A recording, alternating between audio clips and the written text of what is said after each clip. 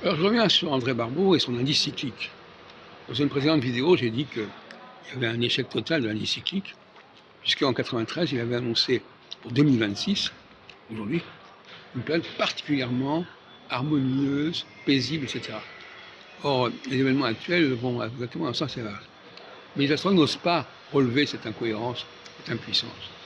Tout comme on sait très bien que Barbeau avait annoncé une guerre mondiale au début des années 80, il l'avait fait notamment au Congrès 74, et que cette guerre mondiale n'a pas eu lieu.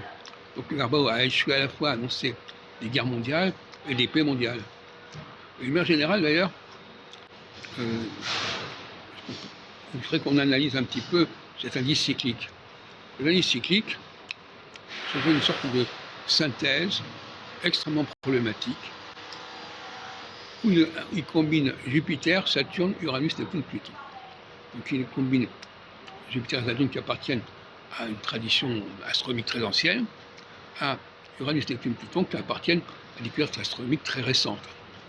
Et pour l'astrologie, c'est très important de déterminer si on peut tenir compte des planètes qu'on ne connaissait pas, donc on ne pouvait pas se servir.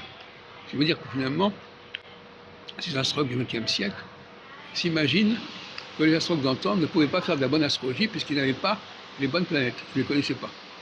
Donc ça va très loin.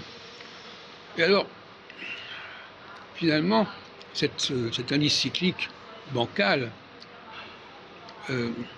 fait... Alors lui, il dit, Barbeau, quand la courbe monte, quand la courbe descend.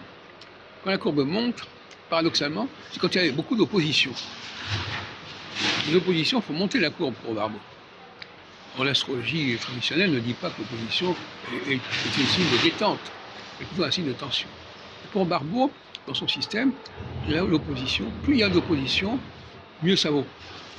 Et en revanche, plus il y a de conjonction, plus c'est dangereux.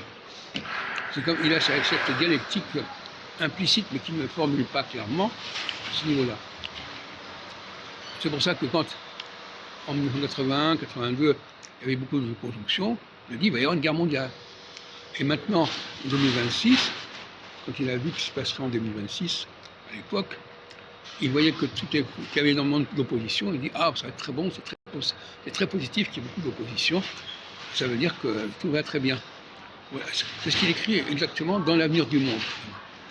Il dit, la multiplication, le nombre de facteurs ascendants garantit la paix. J'avais pensé à Léon Lasson, qui, à la veille de la Seconde Guerre mondiale, disait « D'après moi, ce sont les éclipses qui comptent, et comme il n'y a pas beaucoup d'éclipses actuellement, c'est donc qu'il n'y aura pas de guerre mondiale dans l'immédiat. » Et il avait même publié un bouquin qui s'appelle « 15 ans de paix sur l'Europe ».